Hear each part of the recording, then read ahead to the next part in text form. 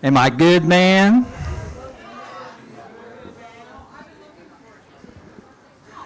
I see a lot of people out there. I have bad news for you. You want to hear the bad news? Good people don't smoke marijuana. Who said that? All right, so our new Attorney General, Senator Jeff Sessions, he'll be the Attorney General if he gets approved by the Senate, which he probably will. He has added a whole new phrase to the Reefer Madness lexicon, and the phrase is, good people don't smoke marijuana. Now, when I heard this, I was surprised and puzzled because I know a lot of good people who smoke marijuana. They're very good people, as a matter of fact. So, if you would turn to the person next to you and shake their hand and reassure them, tell them, I'm a good person.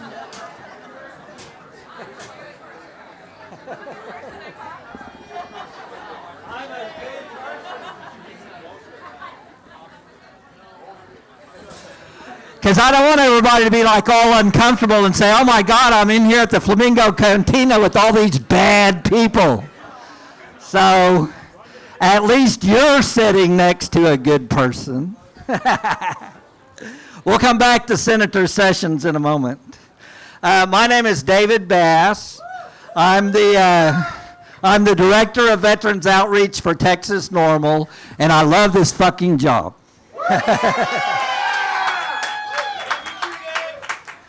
Because I'm a good person and I use cannabis every single day.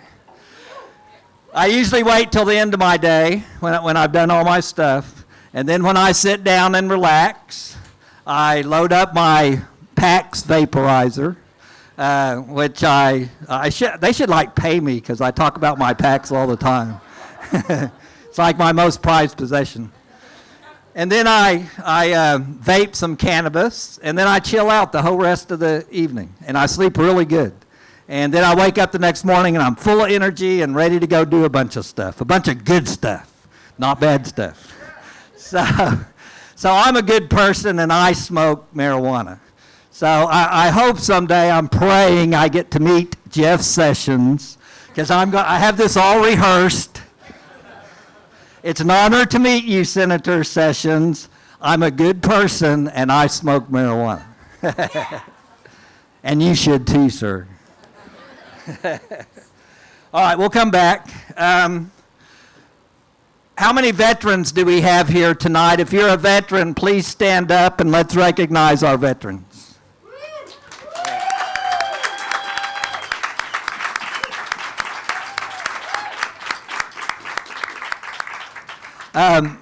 April Martinez from our Fort Hood community rode down here with me tonight, and she was telling me some of her experiences. You were in Afghanistan, right? She was telling me, and you just can't, unless you're a veteran, you just can't wrap your head around the experiences our veterans have gone through. But here's April with us tonight. She survived, and she's a good person. And cannabis helps her, and we're so glad to have all of our veterans with us tonight. Because today's Pearl Harbor Day, right? Yeah, today's Pearl Harbor Day. April and I were over there having a hamburger, and we were watching Pearl Harbor at the Casino El Camino. And April said, you know, those guys were bad motherfuckers. They're really tough. And so Lisa Nave's here tonight, too. Where's Lisa? All right, so Lisa just walked in a while ago, and Lisa, Navy veteran, Lisa? U.S. Army, yeah, U.S. Army veteran. And so Lisa brought our veterans a Christmas gift. So veterans, be sure and see me after the meeting tonight because Lisa brought us Christmas gifts.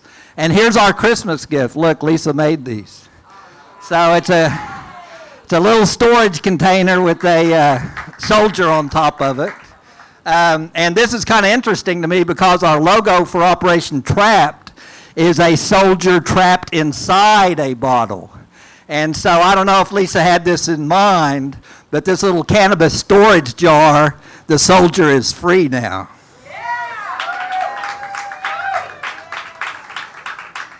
So veterans, be sure and see me, and then go say hi to Lisa tonight when you get a chance.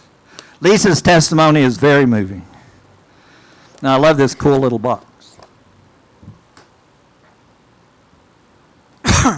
This is Nisha Whiteley down here at the table. Wave your hand, Nisha. So Nisha wrote this fantastic book called Chronic Relief. I got mine yesterday. And April told me she got hers like yesterday in the mail, right? And so everybody I've talked to that has this book is telling me it is fantastic. It's the best book about cannabis that they've ever read. And it covers every question you could ever have or your family or your friends could ever have about cannabis and why it works as medicine and how to use it and how it affects our body. Because till I heard Nisha speak, I knew that cannabis helped my chronic pain and helped my PTSD, but I had no idea why. And so Nisha, when I heard her speak, she explained how it works. And so now I understand. And so when I use cannabis, I'm able to even be more aware and understand exactly how and why it's affecting me the way it does. So be sure and say hi to Nisha tonight and get a copy of her book, and she'll sign it for you.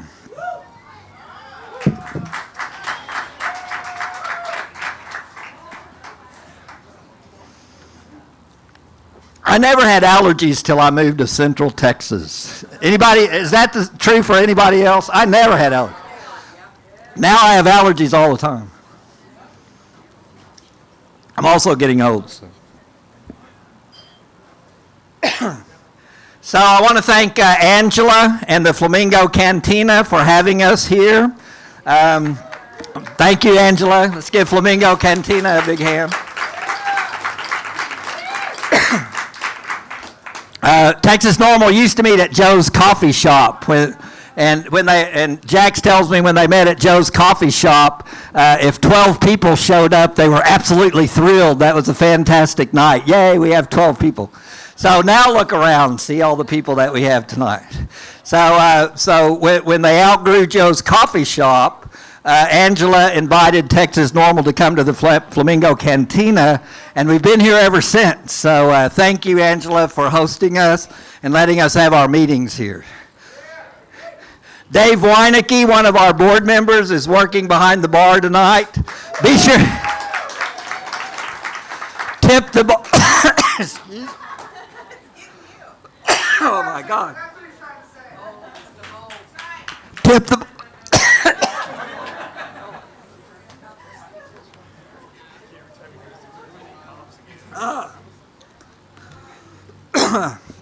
Let me try that.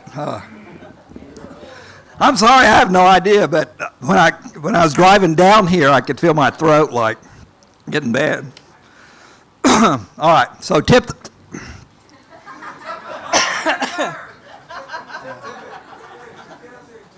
all right. Well, then I'll tell you what I'm going to do to let my throat clear out. Oh, okay.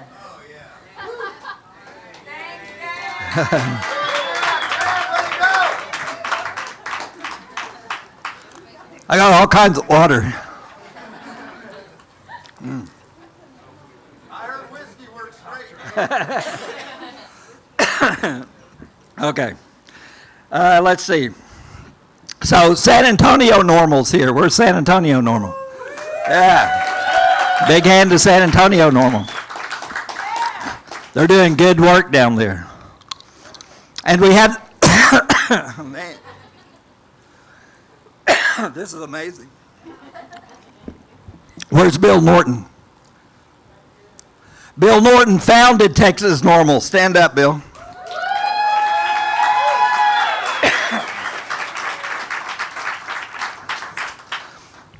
Last time we had a marijuana march, Bill had a sign, and Bill's sign said, I can't tell us. Yeah, there you go. Say it again, Bill. Yeah, exactly. So that was a great sign. Was it 1973 that y'all founded Texas Normal? Okay, cool. So it's always an honor to see Bill here. Texas, man.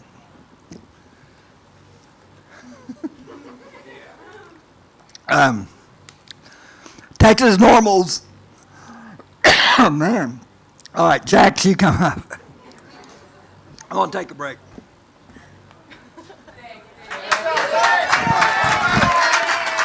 Thank you, Mold, for incapacitating Dave's larynx for a little bit. Really appreciate that.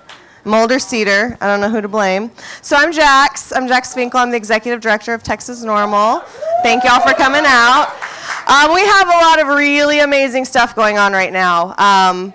Those of you who have, well, actually, who is this your first meeting? Who? Raise your hand. We got some over here. I can't see. We got some back there. Awesome, awesome. Raise your hand if you're a Texas Normal member.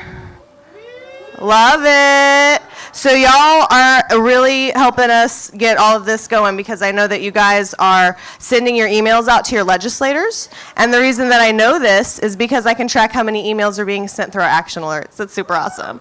So we have been sending thousands, I think, between all of the action alerts and the DPS rule changes that we're working on. We've had between like 6,000-ish emails generated to legislators, the governor, leadership, and DPS. So we're already having a big impact, and it's not even session yet. So it's good. We've been doing all this planning, all these trainings, and we're starting to see the fruit of it. So let me tell you a little bit about what's going on.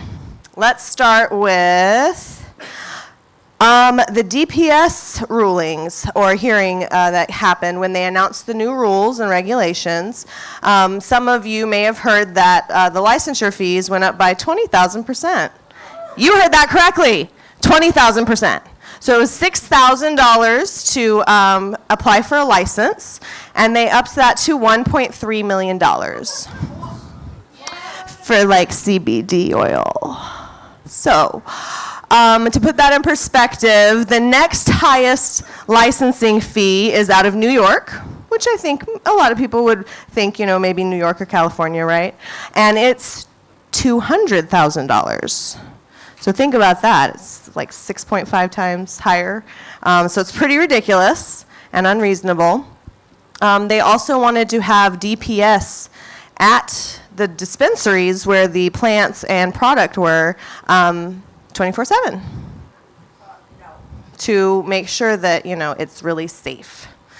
And let's see, they wanted to also create a seed registry, which means you'd be like, hey, breaking a federal law, you guys. Transferred seeds over, a state line. So that would be, self-incrimination with that registry, right? And so these are some things that we are working to change. We put together the action alert, and that emailed the governor, a DPS leader, and it also emailed the legislators that were your legislators. It populates them for you through the program that we use. And that had a pretty good effect. A lot of emails were generated through that. There's also a way to put comment in through the DPS website. So a lot of people were doing it that way as well. Doctors, patients, businesses that want to participate and facilitate product and medicine for these patients. And so there will be, another hearing coming up about it, and we're going to work to coordinate targeted testimony and to monitor that process with the DPS because, they were doing a pretty good job of setting regulations, and they were fairly reasonable. So we're hoping that we can can we just roll it back? Can we undo that update? Just roll back what we were doing, and that would be great. So that is not the most awesome, but it is still in the proposed stage. So it's not final. We can still impact change on it. So that's the really good news. So moving forward from that, we had on the very first day of filing, the civil penalties bill was introduced by Representative Moody out of El Paso and Senator Rodriguez out of El Paso. So it's in the House and the Senate. And we're very excited about that. That's good news. You actually are 20% more likely to pass a bill if you file it on the first day. That is a statistic I learned. Statistics, yay! So let's hope that that gives us, some extra momentum with that. But for those of you who are not familiar with the civil penalties bill, the short version of it is that it would essentially take an ounce or less of cannabis and remove all criminal charges associated with it, and you would simply pay a fine of $250 and go about your day. Now, if you could not pay the $250, you can also, do community service and things like that. So this would be amazingly awesome because most people carry under an ounce, and it's just a fine. Of course, it's not the end game goal of being able to be free with that, but it really changes the impact on a lot of people. I mean, y'all are here because you know that if you get caught with cannabis, you are automatically facing 180 days in jail and a $200 fine, along with a Class B criminal misdemeanor that will follow you for the rest of your life that you have to put on every application that you ever do. So, that's a lot of long-term consequences for possessing a plant. And it's especially ridiculous if you're a patient treating yourself for some kind of debilitating condition, right? So this is really good policy, and it did really well last session. There were 40 co-authors for it, so that's awesome. That's almost a third of the representatives in the House that co-authored it. So I hope to see this exact same, if not more, this session, and I'm excited about that bill. There were a couple bills that I'm not totally excited about, but they're, steps, right? So HB 82 would take possession of an ounce or less and change it from a Class B to a Class C misdemeanor. So it'd still be a criminal misdemeanor, but it would be a lower level criminal misdemeanor. So the punishment would not be as much as it would be now. However, caveat, we like howevers, right? If convicted 3 times, it would revert back to a Class B misdemeanor. Is that really a 3 strikes and you're out type of thing? Ew. So, next one. HB 58 would create a marijuana possession court. This would be very similar. Some of you veterans are probably familiar with veteran court that you can go through to deal with any issues that you have. So this would be a lot like that. So if you're familiar with those type of courts, they are usually bogged down with a lot of problems. Dave was telling me that a lot of times veterans will choose to serve their time instead of have to go through veteran court. So, is it kind of like the VA type situation, or can you tell us a little bit? Because it's going to be almost exactly the same. Veterans courts are, my throat's better. Veterans courts are a good idea. In theory, and they do work out well for a lot of people. But some veterans I've talked to said that it's such a burden because you have to go to drug and alcohol class and pass the drug and alcohol class. You have to do community service on your own time.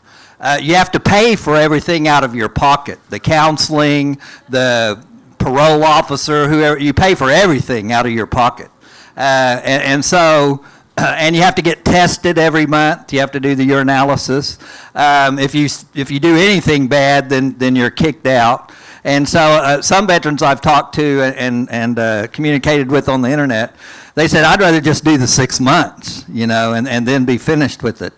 And so drug courts are good, but you go through this really difficult process to graduate. You get 90 seconds at a time of Dave, you guys. That's all you get. That's it. Oh, my goodness. Excuse me. So this would essentially create a specialty court, but only for first-time marijuana possession offenders. And I like this, based on the principle that first-time defendants are often self-correcting. I mean, that's probably true. But why are we criminalizing this plant, though? Could you remind me?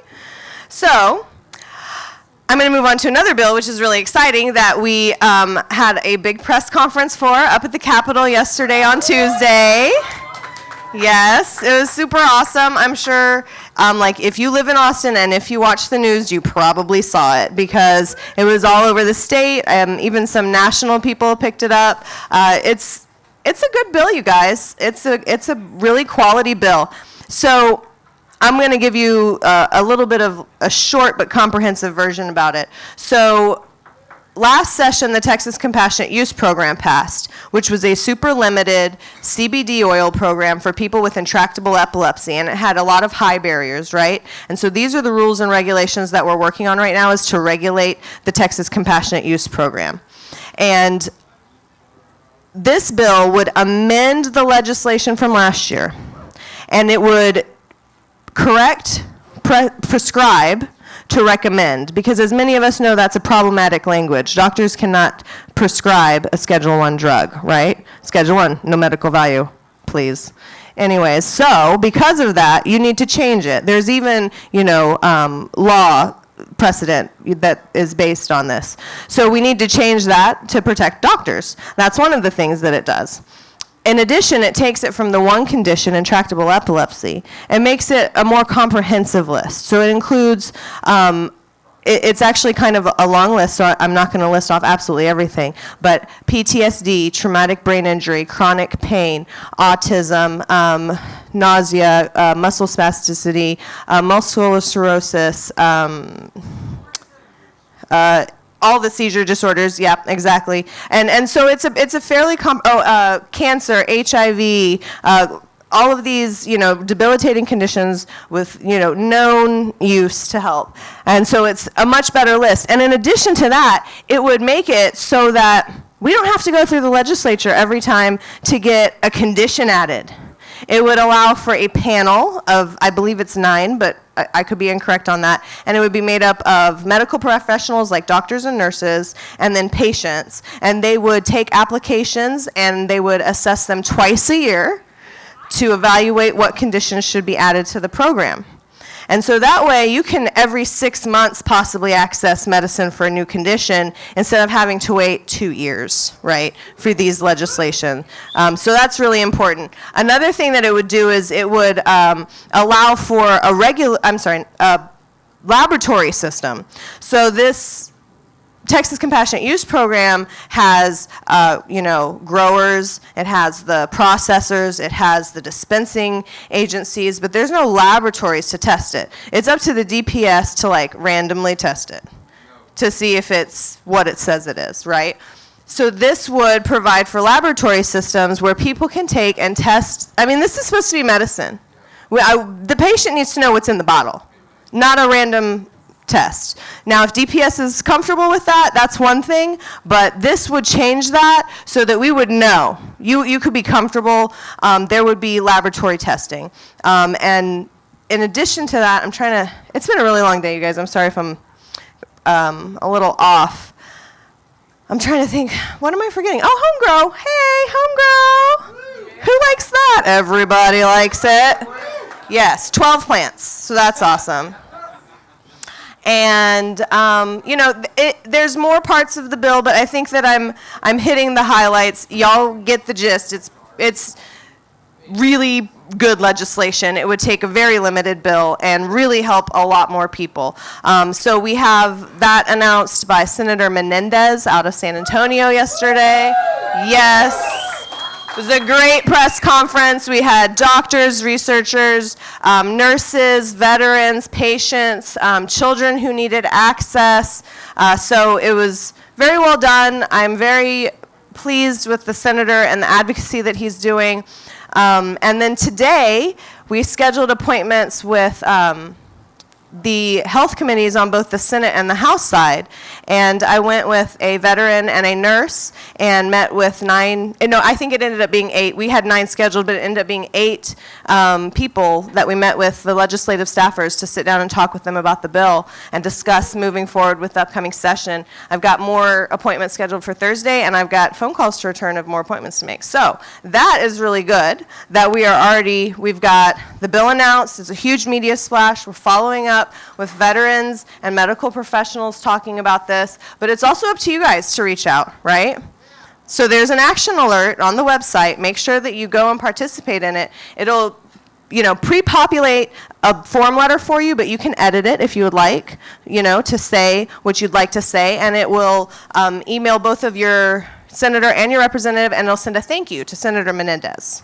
So that's super important. Please take, the 3 minutes it could possibly take to do that tonight.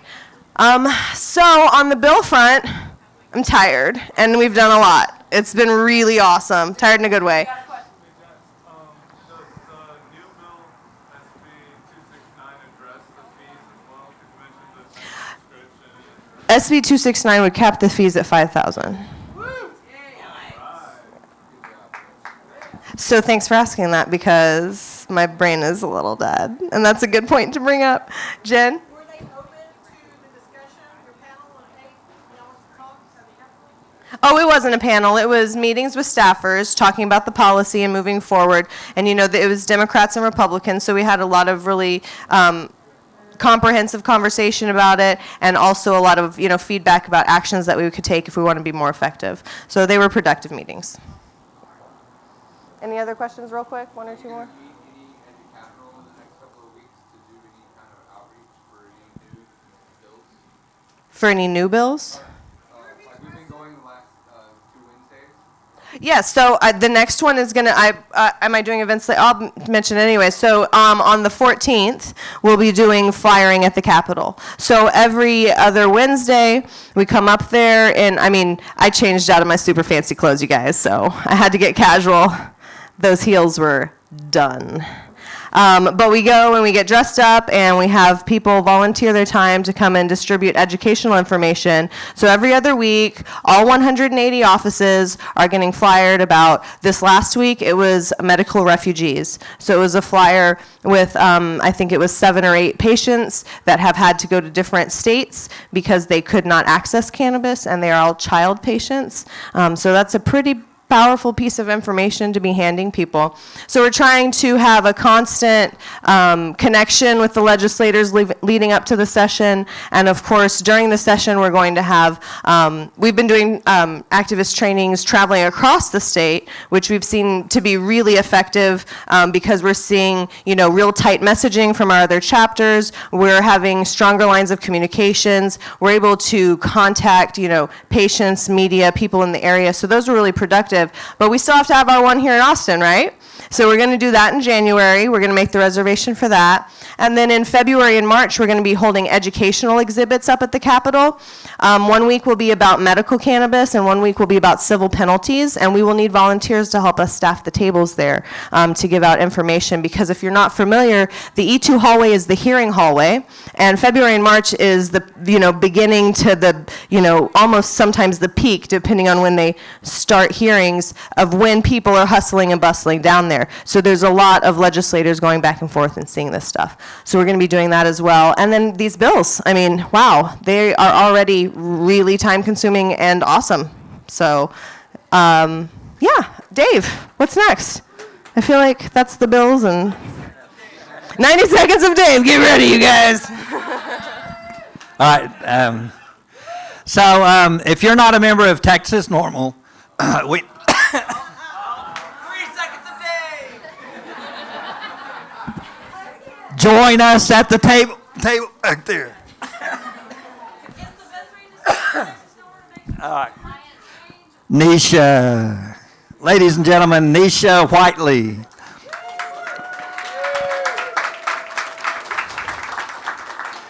Your membership helps us do our work. So if you can tonight, please join Texas Normal back at our normal table.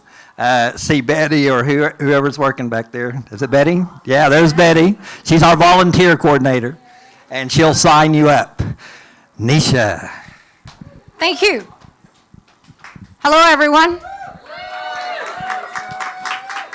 These lights are incredibly bright, and I want to be able to see your faces, and all I see is light. Anyway, I appreciate the introduction, and I'm super happy to be with you guys today. This couldn't possibly be better timing for the release of my book than right now. You know, we had a fantastic cannabis selection just a couple of weeks ago, and I think it's a great sign of the times that, you know, we might actually get true medical cannabis in Texas in 2017. Right? But it won't happen without two things. I'm going to set my book down for a minute. It won't happen without two things. Number one, education, and number two, all of us doing our part to help our legislators feel like they can be confident in supporting cannabis legislation, that the people who they represent are going to stand behind them when they stand up for cannabis laws. And so what I hope will happen with my book is that the book will serve as an excellent reference for all of us to go out and do our best work as cannabis advocates. So I've been writing this book for what seems like ever, and technically it's only 4 years and 8 months. But finally it's here, and what I've learned along the way has been truly amazing. When I started this project, I didn't know very much about cannabis, and what brought me to the topic was the fact that my mom had lung cancer, and at the end of her life, she utilized cannabis to help address the nausea. So that was our reason for getting her cannabis. We were blown away that it did so much more than that. It addressed neuropathic pain that her prescription opiates couldn't touch. It addressed the anxiety and the agitation that is common when people know that death is near. It gave her appetite, and it made it possible for her to be present at the end of her life, which was truly an enormous gift to not only my mom, but all of our friends and our family. So, you know, and what I'm trying to communicate in the book is that it's really time that we dissolve the cloud of shame, secrecy, and controversy around the use of this very legitimate medicine. And when people understand, you know, I hope as you're talking to folks, whether they're voters, your neighbor, a parent, or a legislator, or a doctor, as you're talking with them, a couple of things that they really need to hear from you that we cover in the book that help them not be scared of this plant and help them get behind cannabis as medicine. Number one is the fact that no one has ever died from utilizing this plant. We can't say the same for legal prescription drugs, can we? So yesterday, someone quoted that 44 people die per day as a result of overdoses. And I actually think that the figure is higher than that. I think it's closer to 70. That's ridiculous. You know, those people aren't trying to kill themselves. They're just trying to follow their doctor's direction and to feel better. And sometimes it's a result of drug interaction. Maybe they take a little opiate and they think, okay, well, if a little is good, a lot must be better. Not so much when you don't wake up. That's not the case with cannabis. I think it's a remarkable thing that in the 5,000 plus years that human beings have utilized this plant, no one's ever died of overconsumption. The other point that I think is incredibly compelling is the fact that the components of the cannabis plant mimic chemicals that our bodies make and require for balanced health. So we have things in our body called endocannabinoids or cannabinoids within. Cannabinoids are the primary chemical component of cannabis, so the primary therapeutic chemical component of cannabis. There are certainly others, terpenes and flavonoids, but we know the most about cannabinoids. Some people say cannabinoids, some say cannabinoids, tomato, it's all the same thing, and it does good stuff in our bodies. So there is increasing science coming out that would lead us to believe that ailments such as cancer, certain autoimmune diseases could potentially be as a result of a low-functioning endocannabinoid system, or what we would call poor endocannabinoid tone, meaning they don't have enough cannabinoids in their body, which helps us understand very clearly why cannabis is such an effective medicine. Because it mimics components that we make in our body that are required for health and that are responsible for always bringing us back into a state of balance. Another point that I think is important to share with people that is incredibly compelling, and I know that all of you already know this, but the federal government, or we the people, happen to have a patent on THC and CBD and other cannabinoids from the cannabis plant. That patent is written by 3 brilliant scientists, one of which actually won a Nobel Prize in medicine. That's Dr. Julius Axelrod. And if you haven't had a chance to read the patent, I invite you to do so. It spells out in great detail all the many ways that cannabis is a medicine. It talks about how it can benefit a wide variety of symptoms, as well as the different cases where cannabis can potentially change disease progression. And when I say change disease progression, what I'm talking about is killing cancer, reversing Alzheimer's, and many other things. Now, we certainly do not have enough science in any of those areas to definitively say, oh, cannabis is going to kill cancer every single time. That's just simply not the case. But what we do know is that components of the cannabis plant have been highly effective in many scientific models, in animal models, and using human cells in petri dishes to kill certain lines of cancer, most especially brain, breast, colon, prostate, lung, and skin cancer. It's a pretty good start, don't you think? Yeah. So those are some of the primary things that our doctors and our legislators need to hear from us. This book is a great reference or resource for your legislator, your physician, your parent that may or may not be on the fence, or maybe for somebody who's all the way in. What I've tried very hard to do, instead of explaining how cannabis can benefit almost every ailment under the sun, the list of what it doesn't benefit is short, very, very short. And so I've tried to come at this from the standpoint of what are the common denominators of disease? And quite simply, they are pain, inflammation, and oxidation. And so cannabis is an incredibly effective agent at addressing all of those things. You know, the vast majority of diseases in this country are age-related and inflammation-based. And when we address inflammation, then we have a much better chance of aging gracefully and comfortably. So everything from Alzheimer's to Parkinson's to fibromyalgia, even certain allergies, those are all inflammatory diseases. And cannabis is the great equalizer because it is such an effective inflammatory agent. It also is an incredible neuroprotectant. How many of you were taught that this is your brain on drugs, right? We all had that shoved down our throats, plenty. Well, they told us that cannabis kills brain cells, and they were right, but they were wrong about the type of brain cells that cannabis kills.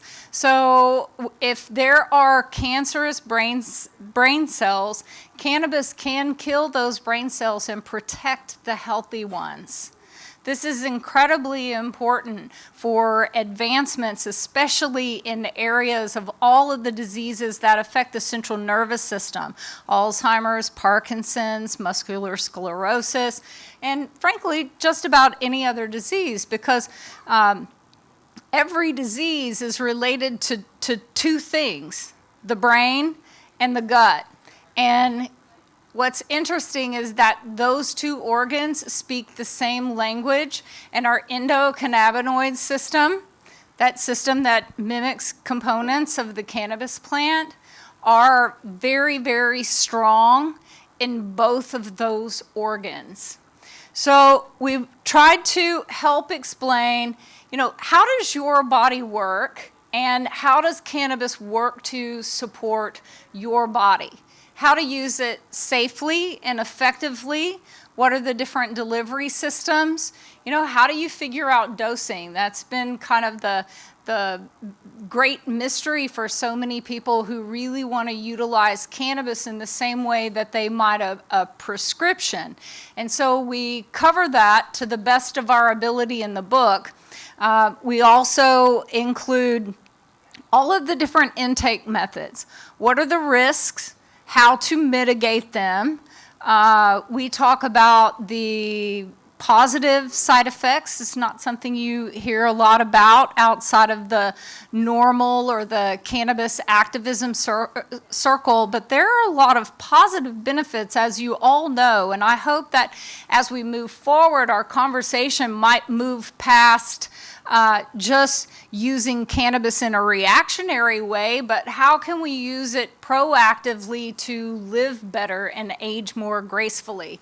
And I think the time will come, but we have to do a little more education for that conversation to become mainstream. But for now, in this moment, here in Texas, there is so much good stuff to talk about. And I have to say that it was a real honor yesterday to be present when Senator Menendez was talking about his bill, because he approached it in such a professional, straightforward, this is about getting medicine to the people kind of way. And I appreciate that his chief of staff, Dwight Clark, began the press conference with, look, we're really thankful that you are all here, and we want to invite you to cover this issue with respect and to not use cliches in your words or imagery or B-roll that is cliche and overused. Please cover this seriously. And so this issue has come of age where people are finally willing and ready to hear what we have to say. And so the basics of education for the folks that we've got to convince are safety, efficacy, the fact that we have a federal patent on this components of this plant, and that it has neuroprotectant and antioxidant properties. That's actually what the patent itself is for. So I'm happy to take a few questions if anyone has some, and I'll do my very best to answer your question. Do we have any questions? Yes, sir. What is the best bioavailability method of intake? Okay, excellent question. He said, what is the best method for bioavailability of intake? You're not probably going to like my answer very much. So the science is sort of out on this, but a lot of people would argue that it is the suppository method, and a lot of folks use that specifically when they're treating cancer. And the reason is that as most of you know, with cannabis oil, when you ingest it orally, it has to pass through the liver, and for whatever reason, it converts it to 11-alpha hydroxy, and a lot of people feel significantly more stoned, and it has really often unpleasant psychoactivity, and a lot of patients might choose to abandon using the cannabis oil because they just can't cope with the psychoactivity. So when a person uses a suppository and they don't insert the suppository too far, then the bloodstream, the cannabis oil is absorbed directly from all the blood vessels that are in the rectum and it goes through the brain and it finally comes back around to the liver, but the patient generally doesn't experience as much psychoactivity. And I've talked to a lot of cancer patients who say that that is actually their preferred method of intake for cannabis oil specifically, because it makes it possible for them to do their daily activities. Yes, thank you. Excellent question. Anyone else? Great. Yep. Yes. 90-second. How does it affect pain? How does that work exactly? I know you said it before, but I always like to hear it. Okay, so his question is, how does cannabis address pain? And the short answer is that it dulls the sensation of pain. The long answer is that it works on many different levels in a variety of different systems throughout the body. So it might activate a wide variety of receptors, opiate receptors, cannabis receptors. It really is going to depend on your body and the type of the chemical makeup of that particular plant sample that you're using. But what it's doing is it's working with your endocannabinoid system in all the different areas that control and regulate pain all at the same time. And PTSD? Okay, so he's asking how can cannabis benefit PTSD? And so there's short answers and long answers to all of these questions. So the short answer is that it helps the person who is experiencing PTSD symptoms actually in a lot of different ways. So we could take 3 different people who have PTSD, give them the same plant sample, and one may really be in need of being relaxed. The other one's highest need might be able to actually get a good night's sleep. And somebody else's highest need is to manage anxiety and or fear. And so each person is probably going, if we've gotten a plant sample that is good enough or just perfect for them, then they're going to experience a relief in the area of whatever was their highest need first. The reason for that is that cannabis as an herb is most likely an adaptogenic herb, or we can say for sure it has a lot of adaptogenic qualities. And what that means is that the herb addresses the highest priority need in the body first. That'll help explain why, if you're sitting around with your friends and you guys are enjoying the same thing, why you might each experience it a little bit differently. It's because even if you're a recreational user and you guys are all sitting around enjoying a smoke together and everybody has a slightly different experience, it's because your body needed something different addressed than your buddy.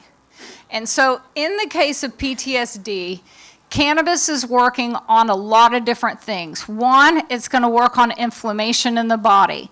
It's also going to help the patient manage something called the pituitary hypothalamus axis, or the hypothalamus pituitary axis.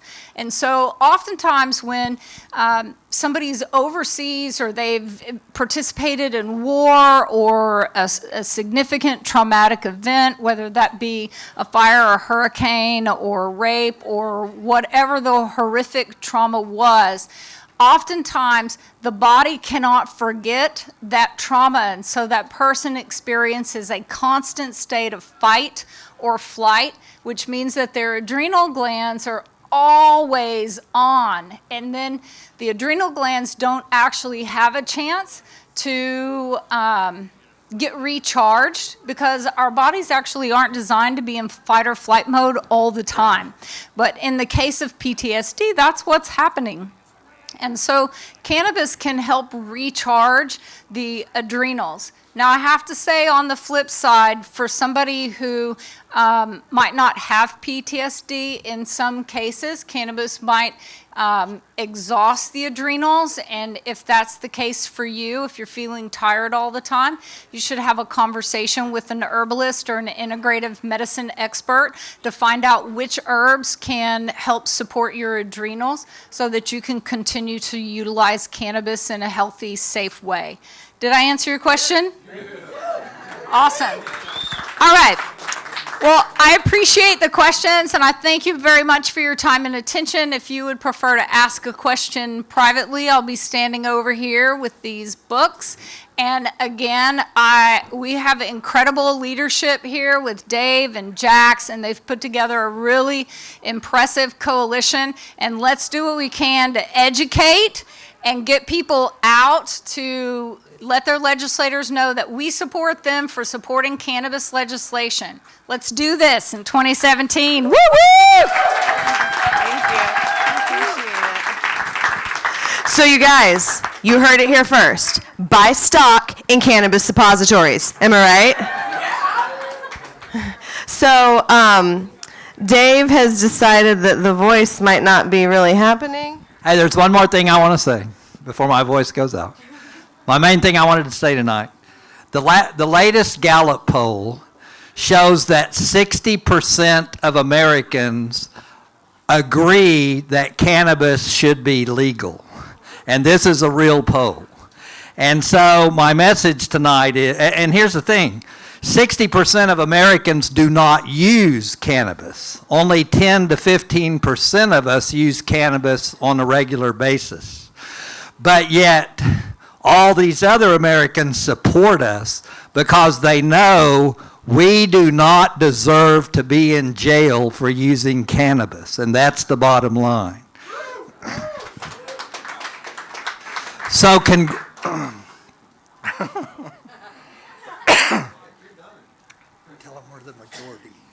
So we're the majority, you guys. Yay! I'm officially taking over because Dave can't talk anymore. I don't know what happened, but Dave got took in the vocal cords tonight. So I just want to end talking about a few more things coming up and how we can be productive. So we talked about utilizing the action alerts. It's going to be the holidays, so really it's going to be pretty low-key at the Capitol for a little bit. We talked about January. We talked about February. March is likely to be a lot of hearings. Also, Willie's Puff and Putt. Am I right? It was freaking awesome last year. So we'll be doing that again. I hope you guys will join us for that. And of course, we try to schedule, 6 months to 9 months out. So we've got a lot of stuff going on. But mostly it's this legislative stuff and being engaged and being educated, coming to the activist training, tuning into how you can be helpful in promoting, what Texas Normal is doing. And also, your memberships and your donations and purchasing our merchandise, it's what funds and fuels what we're doing up at the Capitol. So if you donate today to Texas Normal, you're going to make sure that we can print the materials that we need to take up next week to promote, medical cannabis or civil penalties, breaking down the stigma, changing, what the people are thinking up at the Capitol, because times are changing. We have 8 states that changed their laws significantly on election night. But we still have a lot of work to do here. I sat down with legislators today, and there's a lot of support out there, but there is still a lot of fear and a lot of prohibitionists, and it is time to make sure that we stand up as peaceful warriors in a respectful, positive manner, and make sure that we educate and we activate and mobilize up at the Capitol, because that's what it's going to take, is being engaged and knowledgeable about what we have going on. So thank you for coming out tonight. For those of you that came out for the first night, this is the first step in participating and having a part of this change here in Texas. So thank you, Flamingo Cantina. Thank you, y'all. Thank you, bartenders. Nigga, hey, so tip your bartenders was what Dave was trying to say earlier. So don't forget that. All right. Thanks, you guys. If you have any questions, feel free to stop by the table. We've got some information up there, and Betty loves to talk to people. So thank you. What? Chad. Oh, comedy, you guys. Chad Fisher just got back from LA. doing a comedy show because he's all highfalutin and shit. So, Chad Fisher, everybody. Thank you. I get a hug. It's never a good sign when the host forgets there's fucking comedy coming up next, you know? I was not the host. Oh. I took over. When the leader of Normal forgets that she scheduled comedy for tonight, you know, it's never a good sign, but we love her just the same. She's a beautiful lady. Give it up for your leaders too, everybody. Rocking and rolling. I love hearing the talk earlier. That was some great information. I can definitely speak to the anti-aging properties of cannabis because you would never know it. I am 63 years old. I look fucking good, right? Smoke weed every day, shit. Like she said, I was just in LA. I was doing a festival out there, and I was taking a Uber pool. You guys know Uber pool? You know, I was the first rider, so we were going to pick someone up. And it was funny as hell because LA is goofy as shit, right? We're going to pick somebody up, and he couldn't find a girl, so he had to call her. And she's like, "Yeah, I'm right here on the corner. You'll notice me because I'm blonde." It's like, bitch, we're in LA, you dumbass. Come on. A million blonde ladies here. Everybody, Donald Trump. Give it for Donald Trump, everybody. What's up? You guys tired of hearing about the election, right? I'm still going to talk about it, so it's just... I think it's hilarious, though, you know what I'm saying? Because I felt like the day after the election, all the flags should have been at half-staff to celebrate, to mourn the collective loss of intelligence we all suffered. You know? Right. The first thing that came to my mind after the election happened, after Donald Trump was elected, the first thing that came to my mind was, wow, that's an interesting plot twist by the Illuminati. Holy shit. Did not see that one coming. I don't trust the government. I don't believe in the government. I don't feel like they really do anything that's beneficial or helpful to people, okay? For example, you know the singer Akon or rapper or whatever the hell it is, he doesn't do well, you know?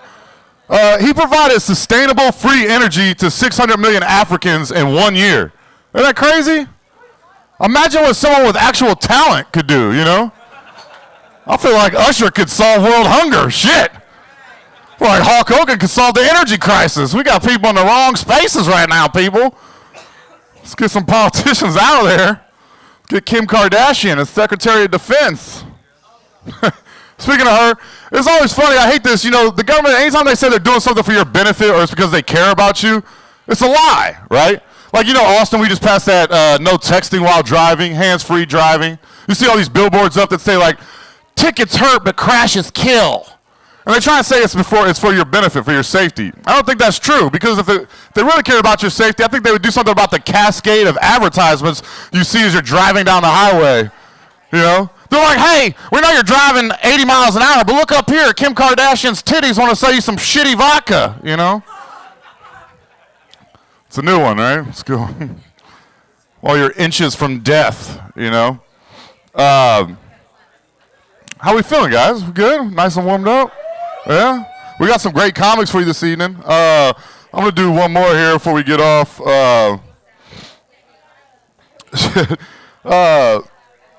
One thing that I thought was funny as hell, though, that no one's addressed about the election is that, like, Donald Trump, the next president of the United States, was on WrestleMania. Isn't that awesome? That's hilarious, right? He clotheslined Vince McMahon. He's going to be the president of the United States. But you have to say, I will say this, though, in his defense, he was in Home Alone 2, which is a damn good movie, you must admit. That was a good-ass movie. That was a holiday staple at my crib, that's for sure. Watched that son of a bitch 5 times this year, I'm not lying. You want a president that's friends with Macaulay Culkin, right? Come on. He gets stuff done. He brought Michael Jackson back. Come on, man, shit. Give him some credit. All right, guys, we got some great comics coming up for you this evening. The first gentleman, a good friend of mine, very, very funny man. Ladies and gentlemen, please put your hands together for Chris Dillard, everybody. Thank you. I can't make my voice that deep. That's the deepest voice I've ever heard. You know his shit is big, you know. When your voice is that deep. This shit is loud. What we at here?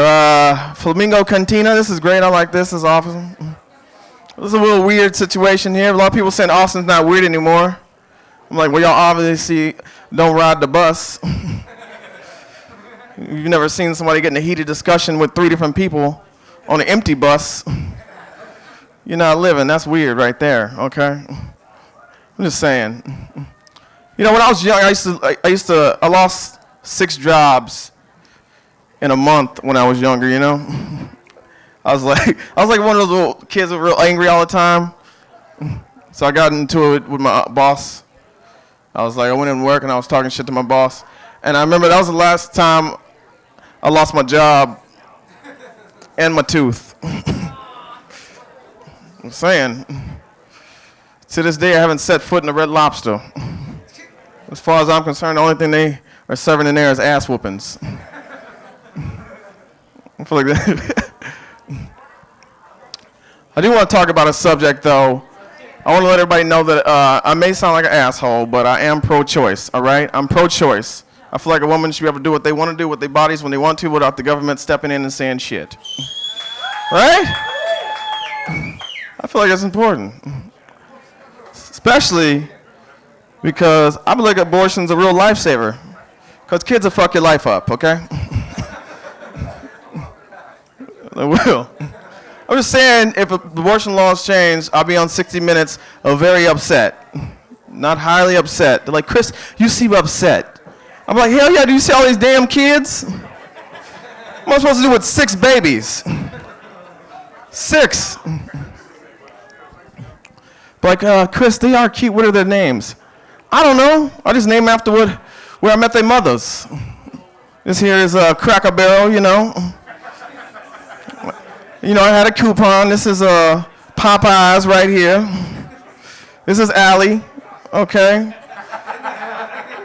We got Ross Dress for Less right there. Real cute. Yes. This is I Don't Recall. I wish you could just name the kids how you felt when you found out you were having a baby. You're like, oh shit, goddamn, fuck. Condom broke. Shit, fuck you, Mike Pence. It's fair enough. You guys got dogs? I feel like it's a big dog city in Austin, right? Everybody's got dogs. It's like the hot thing right now, right? I feel like Caucasian people are really into pit bulls. That's like a hot thing for them right now. They're like, his name is Barley. I'm like, no, his name is Terrell. He's about to fuck up everything in your house. I just got a friend. She just got a pit bull. She's like, he's a real nice guy. I was like, oh, you know you gotta be careful. They're very volatile animals. I mean, like he's been locked up a few times.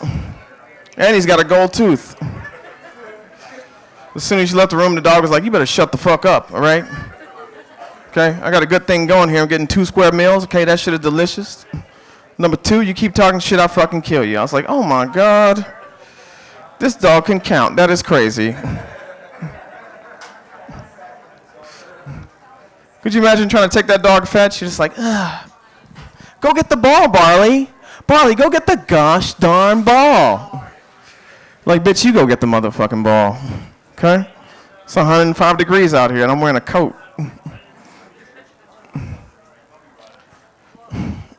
I like to wrap this up. You guys are doing a great thing here. I feel like it's a real good thing. I like to leave you with a little story. The story of Dr. Bill Livingston, if you've never heard of him. Real nice guy. Dr. Bill Livingston would go from town to town. He was also a cancer specialist. He would sell his drugs all over town, which was basically just a little mix of petroleum and laxative. And he wasn't even a doctor. He was a very deceptive man. And his name was not Bill Livingston. His name was Rockefeller. And that is the man who's in charge of your health care. So you guys are doing a great job. Keep it alive. Good night. Give it up for Chris Dillon, everybody. One time.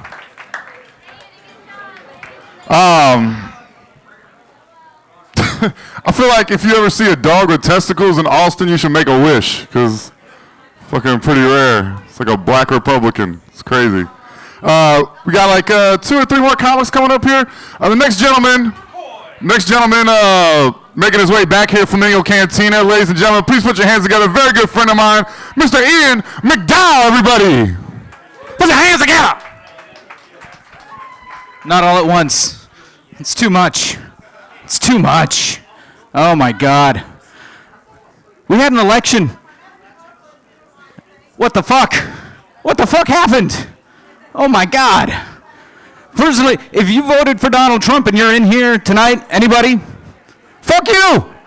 Jesus Christ. Jeff Sessions, like Dave was talking about, Jeff Sessions is nominated to be the Attorney General. Now, if you don't know, one of his more famous quotes, and I'm not making this up, Jeff Sessions said, when asked about the KKK and his feelings, he said, they're okay until I found out they smoked pot. Are you fucking kidding me? That's insane. He said that the KKK was fine, but then he found out they smoked weed and no bueno. That's fucked up. But it brings up another question.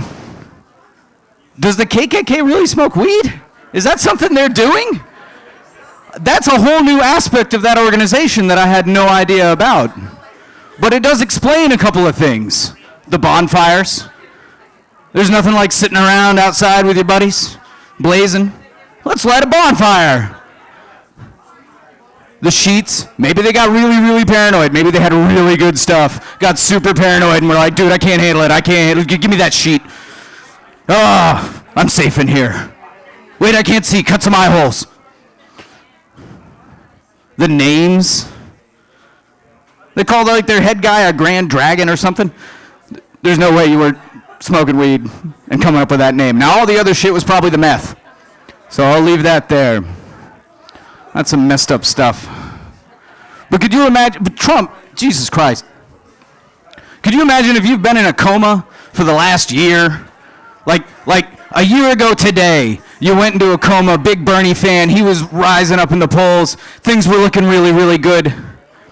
And then you woke up today and you'd be like, oh my God, oh, the election, how'd Bernie do? Oh, okay. Well, so 4 years of Hillary, I guess I can deal with that. No? Wait, who'd the Republicans put up? Was it Bush? They finally put up Bush? No. Rubio? Kasich? Don't tell me it was Cruz. Don't tell me they put up fucking Cruz. That'd be stupid. No, not Cruz, huh? Don't tell me it wasn't Trump. Come on. There's no way. There's no way. Oh my God. The Republicans nominated Trump. Good Lord, what did Hillary beat him by? Like 80, 90 points?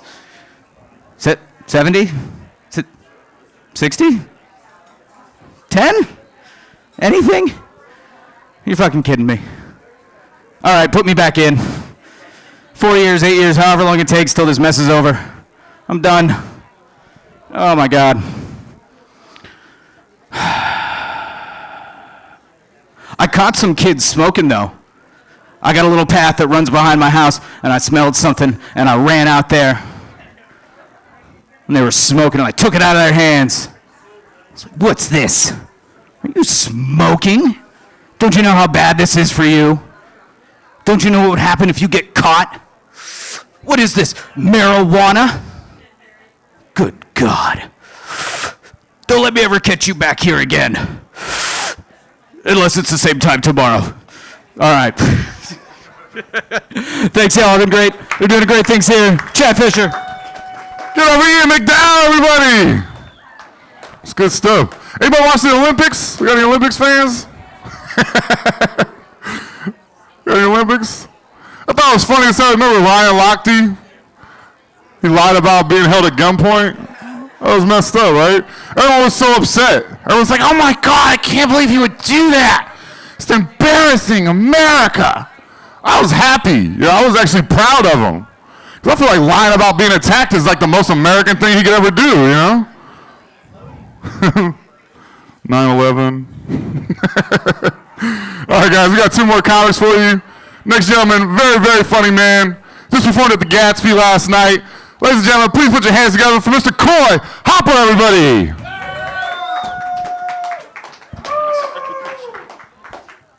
What's up? What's up, man? How's it going? So anyway, welcome to the weed party.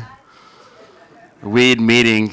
It's a meeting where people are like, what are you interested in? And they're like, weed and all sorts and facets. Like, what are your goals in life? You're like, legalize weed. And it's like, oh yeah, is weed illegal? Yeah, it's illegal. It's like, really? It's so easy to get. It's so easy to smoke. How does everyone in here smoke weed as much as everyone smokes and still get high? Like, how are any of you actually high right now? You smoke so much every day, it's just like, you know, it's like if you like stub, like you bruise your toenail or your fingernail and it kind of like hurts. That kind of like, in terms of like high, is that kind of pain is how high you get pretty much. Because you smoke so much weed, like the weed just is there, it's too easy. Have you ever like actually gotten really high before? Have you ever gotten so high that it was like hard to do really simple things? One time I got so high that I went into the kitchen and literally stood in the doorway for an hour trying to figure out if I wanted a peanut butter and jelly sandwich or not. Because the whole idea of getting to that peanut butter and jelly sandwich was so complex and difficult. Like the knives are right here, but dude, you gotta remember there's jelly too. You gotta like go to the fridge, and I was like, dude, that's fucking too much. And I just stood there. This is literally probably the highest I've ever been. Another time I got so high, I taped weed to my balls, and I went to the airport. This is before scanners and stuff. And yeah, whenever you tape weed to your balls, don't smoke weed before you do that. If you're already paranoid by smoking weed when you're watching The Simpsons, taping weed to your balls and then going to the airport is not a good time to smoke weed. So I did, and it was weird because I got through, and the worst thing that happened really in that whole trip was I sat in first class because like I had only flown Southwest my whole life because I'm fucking like under middle class, you know? And, or lower middle class, Southwest Airlines middle class, I guess. And there's these giant, in Southwest you can sit wherever you want. So I go on American Airlines, and there's these giant chairs up front that no one's sitting on, and I just think, like, what a bunch of fucking losers. How are you bypassing all these giant chairs? So I sat in it, and then this guy came and was like, I think you're in my seat. And I go, excuse me? He goes, you're in my seat. And I go, we have seats? He goes, yeah, on your ticket. And I go, what? And then I realized, oh my God, this is what first class is. And I had to get my luggage out of those top carry things, and it was really cumbersome, and I kept blocking everybody, and the stewardess hated me. And the whole time, I'm like, look, I got fucking weed under my balls, and I'm really high right now, so I'm a lot more stressed out than you, ma'am. Of course, I didn't say any of those things. Well, I guess I'll end on this. Donald Trump's president. Last time I came here, he was not. My nephew was born the same night that Trump was elected. So one day when he's old enough, I'm going to sit him down and, you know, tell him that it's all his fault. But no, I don't know. I wasn't that upset about it because, I mean, I wasn't really into the whole election anyway because it was like, you know, Hillary Clinton. So that's the only thing I don't understand why I'm supposed to be so upset. It's like, well, Hillary Clinton lost. You know that, right? Like, Hillary lost, so I don't know.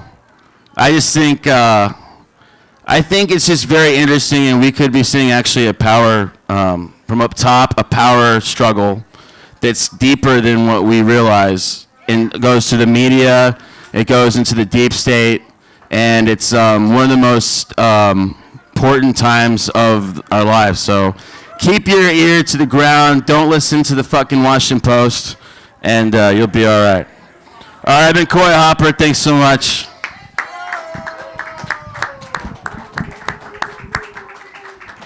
The incredible musings of Cory Hopper, everybody. Thank you for part of the knowledge was no one put weed under your balls before you go on an airplane. Got one more comic? No? All right. Okay. Please. Yeah. Ladies and gentlemen, this girl is a new friend of mine. Very, very funny lady. We just had her showcase at the Gatsby last night down the street on East 6. Ladies and gentlemen, please put your hands together for the very lovely, very talented Miss Leah Sampson, everybody.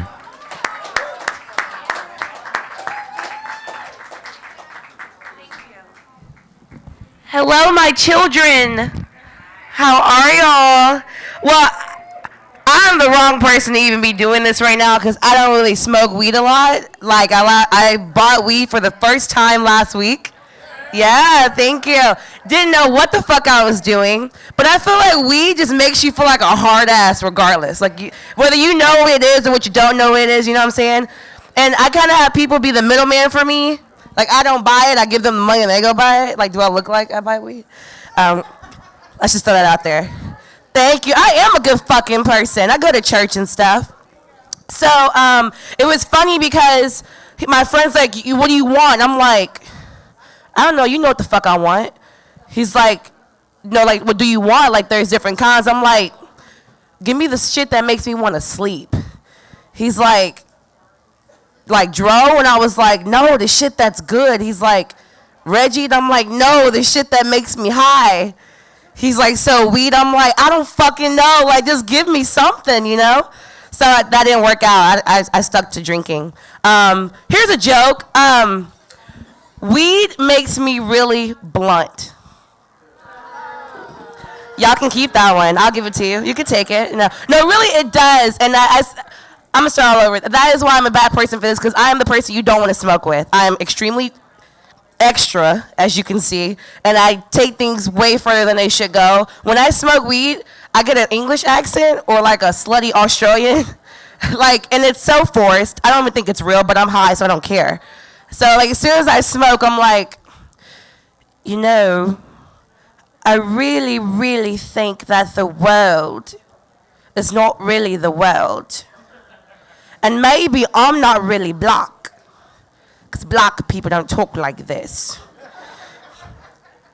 Nathan, tell me, do I look black to you? Now, Nathan's high as fuck because he's used to this shit. I'm not. He's like, damn, you're black? What the fuck? I'm like, there we go. There we go. But I feel like girls really shouldn't. I know that sounds really bad, but I feel like girls shouldn't smoke weed because we're already bitches to start off with. And I feel like weed does not calm us down. It makes us more blunt. Like, girls are terrible. I don't know what y'all think, but if I recorded a girl's bathroom situation and showed it to you guys, you would all want to kill yourself and start fucking each other because you wouldn't want to be with a girl anymore. They're fucking disgusting. Let's see. What's another joke I had? I told y'all this was not going to... I like weed, too. Is that what I'm supposed to say? I had a joke. Hold on. Being blunt. Oh, here we go. So, yes, I'm not a good high person. I'm too blunt when I'm high. My friend, she calls me, and she's like, hey, Leah, now I'm high. So I'm like, what up, bitch? She's like, my dog just died. I'm like, oh, shit. All right. How? What happened? She's like, he got hit by a car. And I'm like, damn, that's a strong-ass dog. He just, pulled your ass with you with the leash in the street. She's like, no, I didn't have him on a leash. And I'm just like, well, damn, bitch, you should have had him on a leash. Like, what you want me to do for you? You know what I'm saying? I feel like I should say something political and educated right now. I feel like that's kind of been the theme for the night. I'm not feeling that. I'm black. Doesn't get more political than that. So I'm going to leave y'all with that one. Thank you guys for coming out and doing the usual shit that y'all do. Have a good night. Leah Sampson, everybody. Give it up one more time for all the comics you've seen this evening. We're going to be back here next month.